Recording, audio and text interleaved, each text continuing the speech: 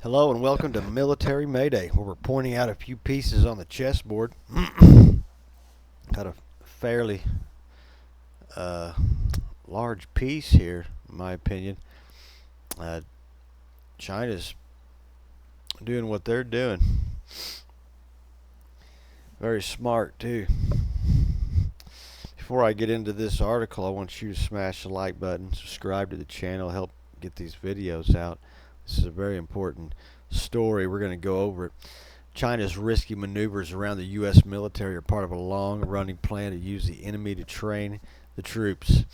So in other words, what they're doing is just testing and testing and testing and finding out our responses and all this shit. It's smart, a bit crazy, but smart. Let's see here. We'll go down here. U.S. officials are sounding the alarm about those close calls with Chinese jets and warships, which they say are crowding and harassing U.S. forces in the Western Pacific. The U.S. says those encounters are meant to force it and its allies to operate farther from China. For the Chinese pilots carrying them out, they are also a part of a years-long effort to increase the complexity and value of their training through real-world interactions with a more experienced rival.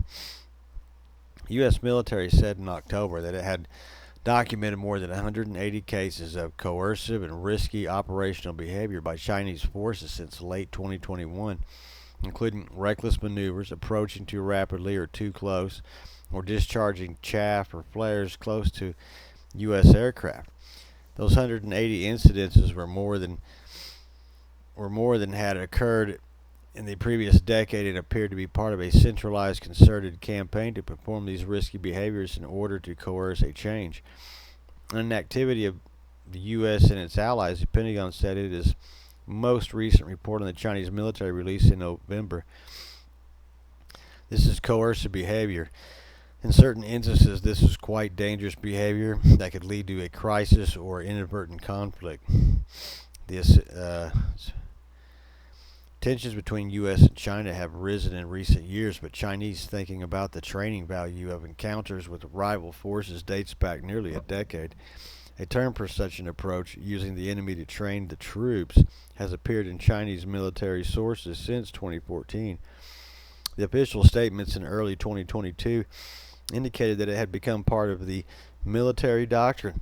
According to Ryan Martinson and Connor Kennedy, researchers at the U.S. Naval War College's China's Maritime Studies Institute, the approach was applied to China's undersea force and then the rest of its navy in the 2010s in response to what Beijing saw as provocative activity by the U.S. military, especially patrols around so-called First Island chains, which includes Japan, Taiwan, Philippines. For China, using the enemy to train the troops has the benefits of being realistic and of testing its forces' ability to use their equipment in an encounter with a live opponent, allowing them to make observations about the strength and weakness of both sides. Martinson and Kennedy wrote, Chinese officials also believe it aids their troops' fighting spirit and counteracts the peace disease, a reference to their lack of combat experience since 1979. Jinping. The U.S. has released extensive imagery of Chinese jets in close proximity to U.S. aircraft to illustrate what it says is risky behavior, but the training value comes from everything that leads up to the Chinese aircraft being so close to the U.S. aircraft, a senior resident told the Business Insider. During those intercepts, China's military is trying to determine the range at which U.S. aircraft detect the Chinese jets and what range they react to the approach and how they do so, added Dom. When the Chinese fighter aircraft are given vectors by their airborne or ground controllers, and what range could the Chinese fighter radar detect a U.S. reconnaissance aircraft or a stealth aircraft like the F-35? What indications or electronic signals did the Chinese aircraft pick up on their approach? The end result is a U.S. airman looking out the window and seeing a J-15 or J-16 too close to their wing, and that's concerning. But everything that led up to that moment represents the real training value of the PLA Air Force. General Kelly, who oversees the training of U.S. combat units as head of command, also highlighted the increase of encounters with Chinese aircraft and the training motive behind the behavior. So basically, he's just saying the same stuff. Political motive behind the more confrontational approaches means China is unlikely to change course.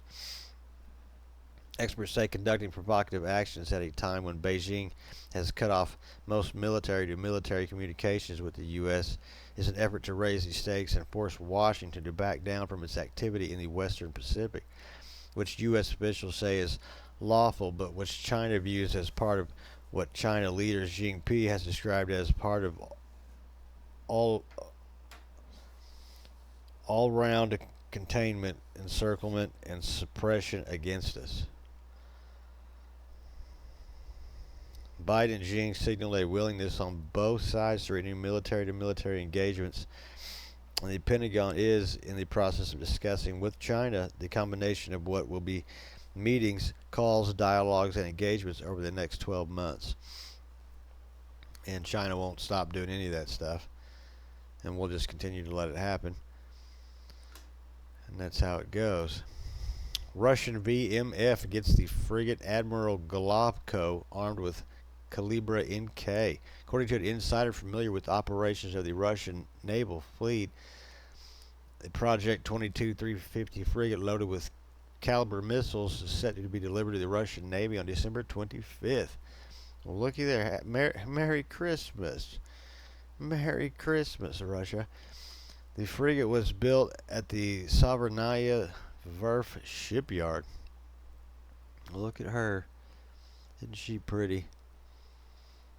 Like she could really tear some shit up if she wanted. The source... Yeah, maybe not. The source revealed a TASS, a Russian news agency, the handover from the frigate admiral instructed.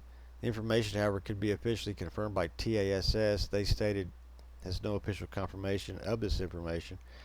In early reports, TASS sourcing from the different insider indicated the schedule to transfer the Admiral Golovko frigate to the Russian Navy was anticipated for the final third of December. However, they suggested that exact dates could experience minimal shifts based on Navy's plans.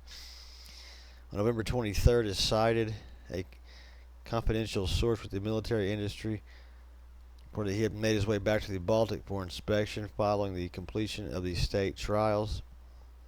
The head of VERF suggested during the Army 2023 International Military Technical Forum in August that the frigate's state trials were expected to conclude the upcoming weeks.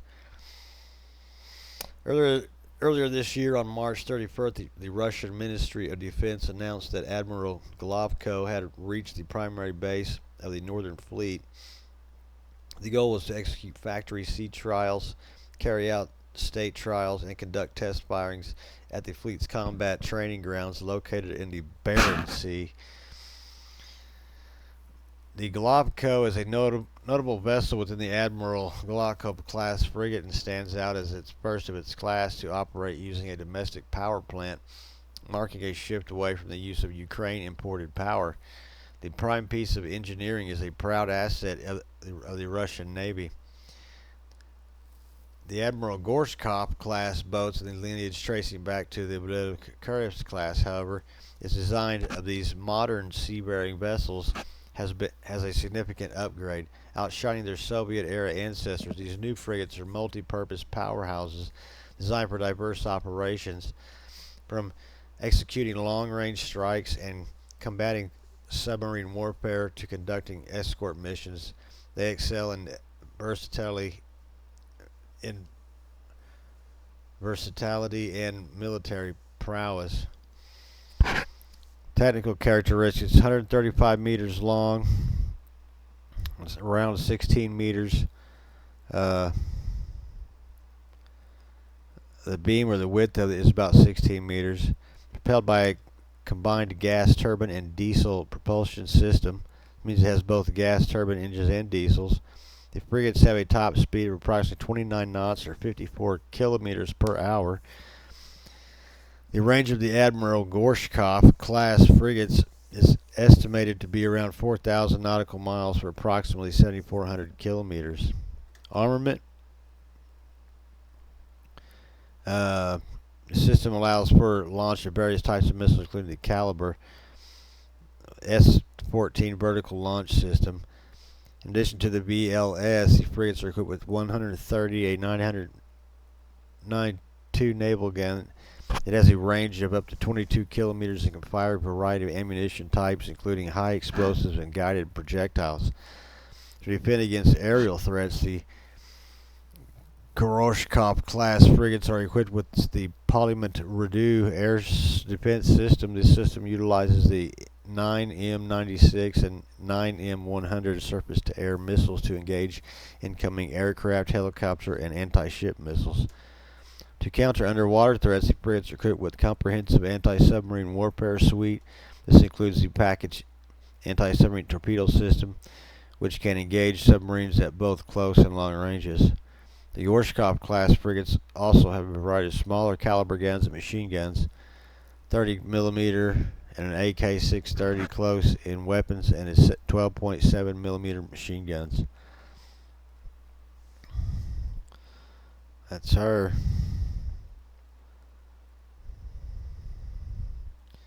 She has a few little toys on her. She's no battleship, but she can hold her own, I guess, against what she needs to.